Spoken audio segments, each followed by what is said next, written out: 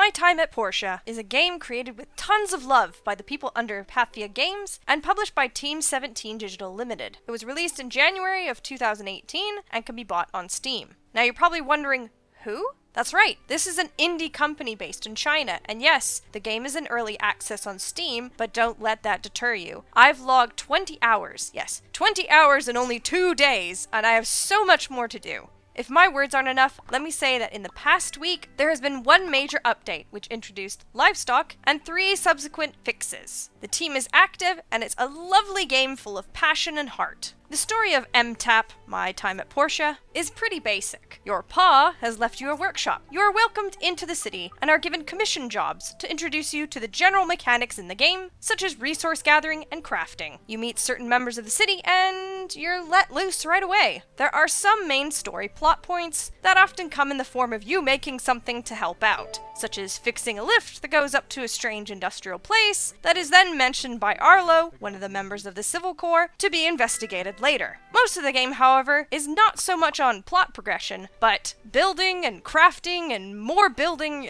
crafting. In order to show this off, I'll narrate through a typical day in MTAP. You wake up in the morning, go outside, and gather all of the materials you've set to make gradually throughout the night. Now you can finish that device you've been working on and fulfill the commission you took on. Hooray!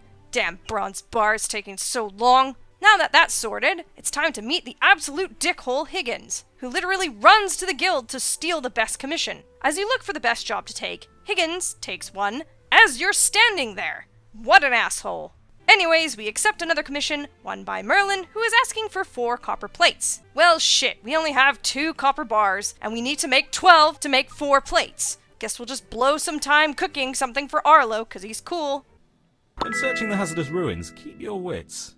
Remember, safety first. I should point out that the voice acting varies with some. Like Arlo, sounding pretty good, then you get to Phyllis. How does someone's mental health affect... Speak up, bitch! And then some slightly off recording from Alice here. But it's still alright. Each flower has its own language. My favorite flower is the bellflower. It speaks of true love. Alright, there's still some time to waste, so let's waste someone. You can do this by sparring with someone. This can sometimes increase friendships, but not always. You can also play some rock, paper, scissors to increase friendships. Wow, he celebrates like a jerk. Alright, it's now late. Let's go home and gather all of our stuff and start making those copper plates for the commission. Everything is fueled and running. Let's pass out in front of the thinking robot statue. So as you can see, there's a bit of waiting, a bit of messing around, and a lot of resource gathering. In this part, I have low amounts of wood to fuel my furnaces, which makes stuff, which I need. So I have to get wood from trees, put them in the furnace, get materials, make them into things to build stuff, to fulfill commissions, and quests, and you get the picture. There's a lot of searching, a lot of discovering, new materials, new blueprints, and crafts. There are loads of people around Portia, and it's a pretty little place to be. Most people have the same schedule every day, with some slight variations here and there. There is tons to do in this game. There's a whole area of mining I haven't even touched on. You basically go into a randomly generated floor of a ruin and mine the shit out of everything. This is where you can collect tons of ore, but also you are given these fancy specs that detect relics and buried stuff. So it's an endless chase of getting all of those glowing orange dots, collecting junk that you can eventually assemble in the research lab. Speaking of the research lab, you can give Petra discs you find while mining to unlock more blueprints, which then leads you to making new furnaces or better cutting tools to make advanced stuff, which will eventually make bigger things.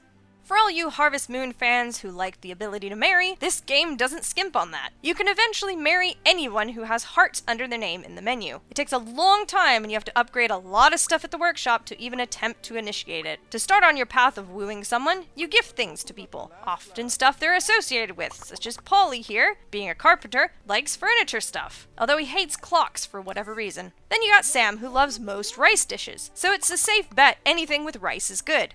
If you like a game where resource gathering and machine management is your thing, you'll love this game. Even if you don't like that, there's mining and dungeon diving that I haven't even mentioned, that have bosses, there's fishing, there's murdering sweet, innocent llamas.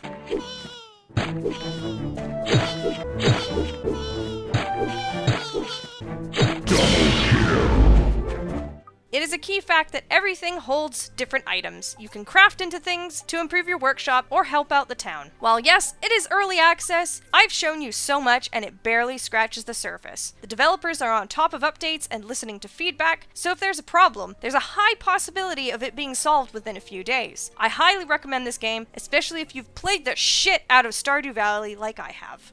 If you plan to play this game, always set the machines to do something, even if you don't need the items you're making. You'll never know when there's a commission asking for 17 pieces of leather. Enjoy!